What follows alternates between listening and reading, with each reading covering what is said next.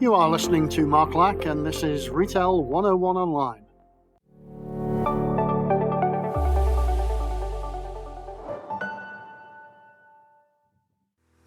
Welcome, Retail 101ers, to episode number 19. These episodes are all designed to give you some quick bursts of retail or management knowledge, and you can do it at your own pace. For our amazing regulars, a huge thank you for continuing to tune in. Your unwavering support keeps us revved up and ready to dive headfirst into the chaotic world of retail.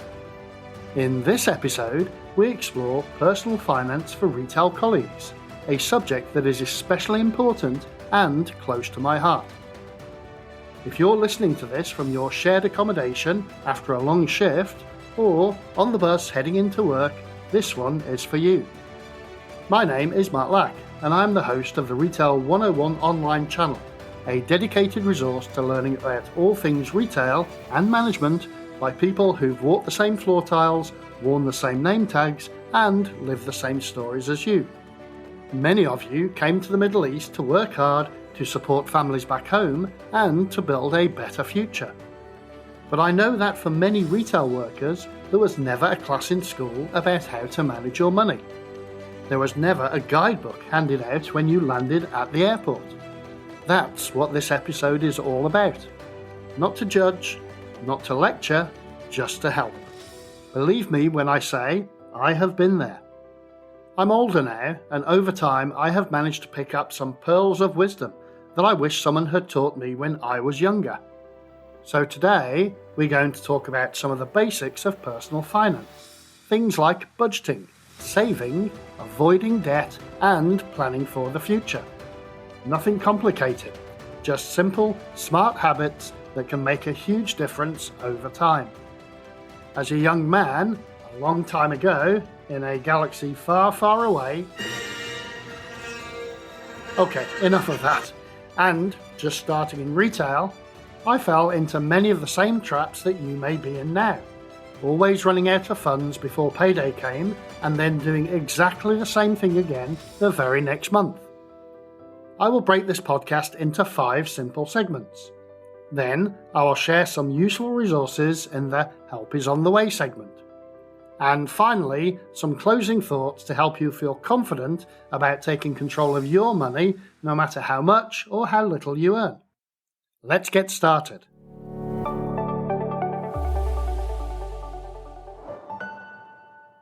Part 1. Know where your money goes. Let's begin with something simple but powerful. Understanding where your money goes. If you don't know what you're spending your money on, it's very, very hard to manage it. Think of your money like water in a bucket. If there are leaks, big or small, it will be empty before you know it. Start with this. For 1 month, write down everything you spend. Use a notebook, a piece of paper, or even just the Notes app on your phone. Every time you buy something, no matter how small, write it down. Groceries, mobile recharge, transport, snacks, a new shirt, money sent home, everything. At the end of the month, look at your list. You might be surprised. Maybe you're spending a lot on things you don't really need. Maybe you can make small changes that save big over time. This is not about blaming yourself. This is all about being aware. Once you know where your money is going, you can start to make better choices. The simple action tip for this segment is: track your spending for 30 days. At the end, put things into 3 categories.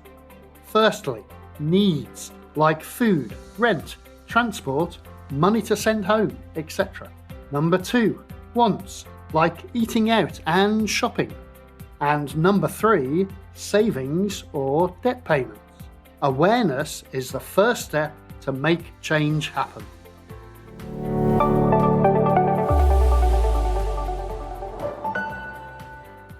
Part 2.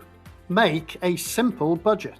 The word budget can sound kinda scary, but all it really means is a plan for your money. A good budget helps you avoid running out of money before the end of the month. It helps you save, and it gives you more control over your future. Here's a simple way to build a budget using the 50-30-20 rule.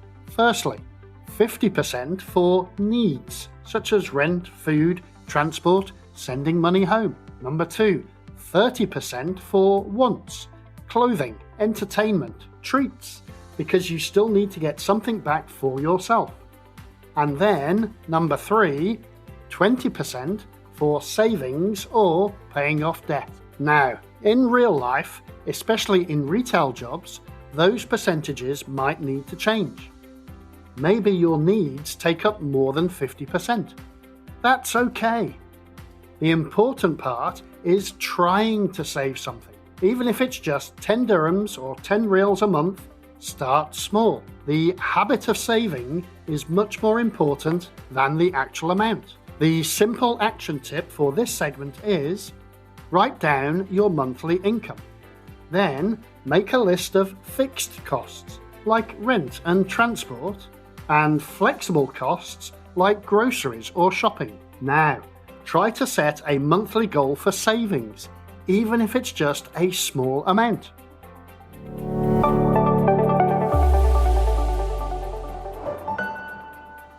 Part 3. Saving smartly, even with a small salary. You might be thinking, how can I save? I don't earn enough. That's a fair point. However, saving isn't just about how much you earn, it's about what you do with it. Think of saving like planting a seed. Even a small seed can grow if you care for it regularly. Start by creating a small emergency fund. This is money you don't touch unless it's a real emergency, like a medical bill for a family member back home, or even a job loss. Aim for 500 to 1,000 of whatever units of your home currency is to start off with. Keep it in a safe place. Don't put it in your wallet, it's too tempting. If you have access to a bank account, use that. If not, keep it somewhere hidden and secure. Once you build your emergency fund, start thinking longer term. Do you want to build a house back home? Start a business? Help send your children to school? Saving can help you get there.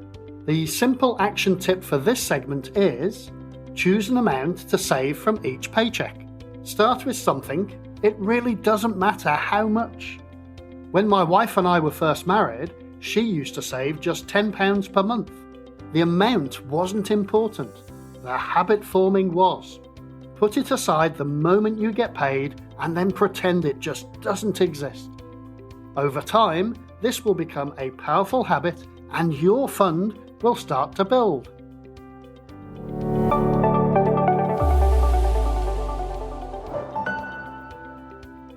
Part 4. Beware of debt traps. Debt can be dangerous, especially when it comes with high interest rates. Credit cards, personal loans, or borrowing from friends with promises you can't keep. These things can destroy your future if not handled carefully. Before borrowing money, ask yourself, do I really need this? Can I afford to pay it back on time? And what will happen if I can't? Sometimes people borrow for the wrong reasons, just to send more money home or buy something they can't afford yet. This can lead to stress, pressure, and even losing your job. What you need to avoid. Firstly, taking loans to buy luxury items. Secondly, borrowing from moneylenders who charge high interest rates. And thirdly, delaying credit card payments because it just adds more fees. If you already have debt, focus on paying it off as quickly as possible, and if possible, pay more than the minimum if you can. The simple action tip for this segment is make a list of any money you owe. Write down how much, to whom, and the interest, if any. Prioritize paying off the most expensive debt first. An old saying from my home country is kippers and curtains, which is a gentle way of describing someone who pretends to be well off despite having little money. Expensive curtains on the windows of their house, yet subsisting on a diet of the cheapest fish dish. Yes, sure, The latest phone is what people see when you are out and about. No one can see the empty hole in your belly as you have no money for food.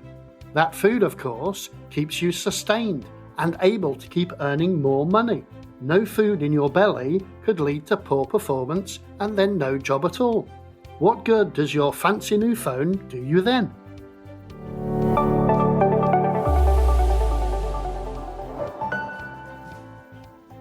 Part 5. Plan for the future, not just the present. Many of you came to the Middle East for a better future, for your family, your children, your dreams. But are you preparing for that future? Planning ahead is not just about saving money. It's about asking yourself, what do I want my life to look like in 5, 10, or even 20 years? Maybe you want to buy land or build a house. Maybe you want to start a small business back home. Maybe you want to send your kids to college. Or maybe you just want to retire with peace of mind. All of these things are possible, but only if you plan. You need to set goals, you need to make timelines, and talk to people you trust. Most importantly, avoid comparing yourself to others who may seem to be doing better. Focus on your path. And remember, you are not just working to survive. You are working to build a better life. The simple action tip for this segment is, write down 3 goals you want to achieve in the next 5 to 10 years. Then break them into smaller steps. Now, how much money will you need? And then, how can you get there?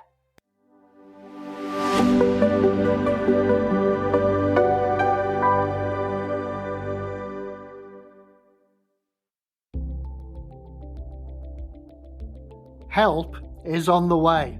Here are some resources and simple tools to help you with personal finance.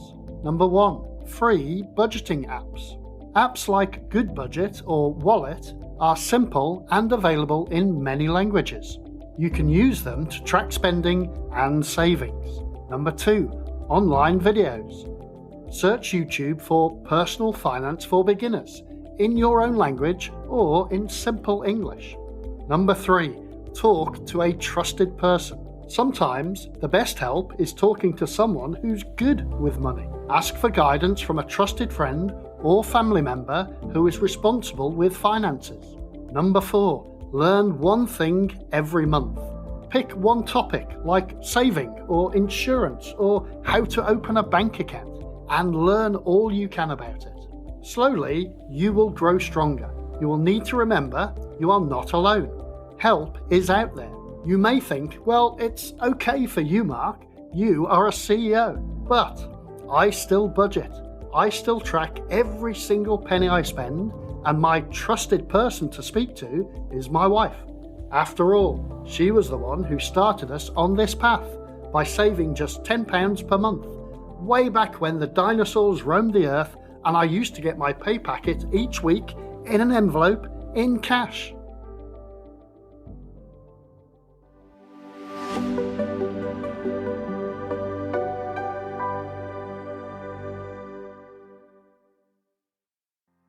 I want to leave you with these final thoughts. You may not have a lot of money today. You may not even have much saved. But every smart decision you make with your money brings you closer to a different future. It's often said that having money makes you happy. That's not necessarily true. However, it does open up the number of different choices that you can make. It's not about luck. It's not about earning more than everyone else. It's about making wise choices with what you have. You wake up early. You stand for hours. You serve people with a smile. That kind of discipline, that kind of heart, if you bring that same spirit to managing your money, nothing can stop you. Just like you learned to work in a new country, you can also learn to master your finances. Start small, be consistent, and never forget you're building something important. Your dreams matter, your future matters, and your money, it's the tool that can help you get there. I hope this has helped somewhat in your understanding of how to manage your personal finances. If you can think of anything else, then you know how to find me. Send a message on LinkedIn, X, or the retail101online.com website, and I can add some new insights to the list. Don't forget to hit that subscribe button and ring that bell wherever you get your podcast fix, so you never miss out on the excitement of our next episode drop. Join the future. Start today.